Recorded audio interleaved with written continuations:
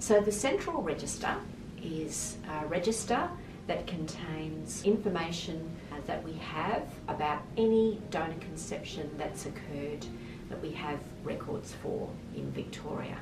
So on it will be the names of the donor conceived person that's been born as a result, their parents or parent, and also the donor.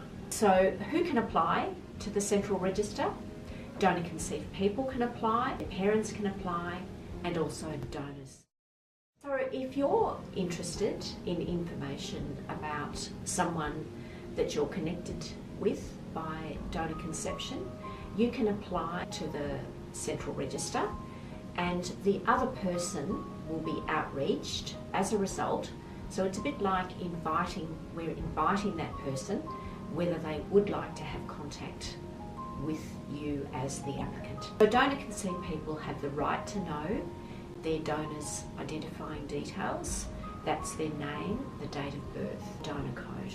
Parents and donors, consent is required. If you'd like to apply to the Central Register, we have forms on our website. Please don't worry if you don't know everything about the treatment. Many people maybe can't remember. It'd be awkward to perhaps ask your parents if you're a donor conceived person. There is payment required, and we do ask for a couple of certification documents just so that we know who you are.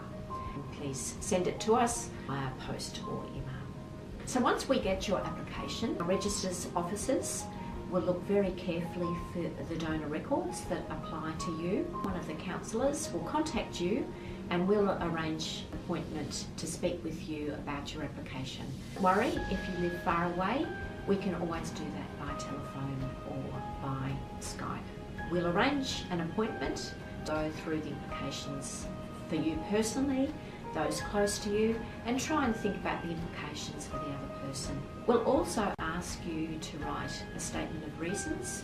Now, donor conceived people don't need to do this, but we often find it is helpful. It gives you a chance to introduce yourself and really tell the other person what you'd really like in the short term and the long term. And that really helps them to get the heads up of what it is you're wanting.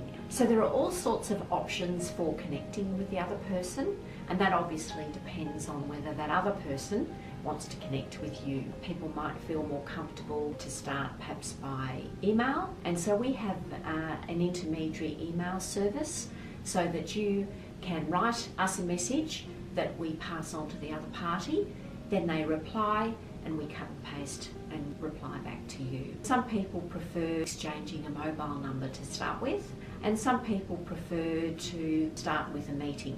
Feel quite nervous or shy, we can offer a facilitated meeting if that's what people really prefer.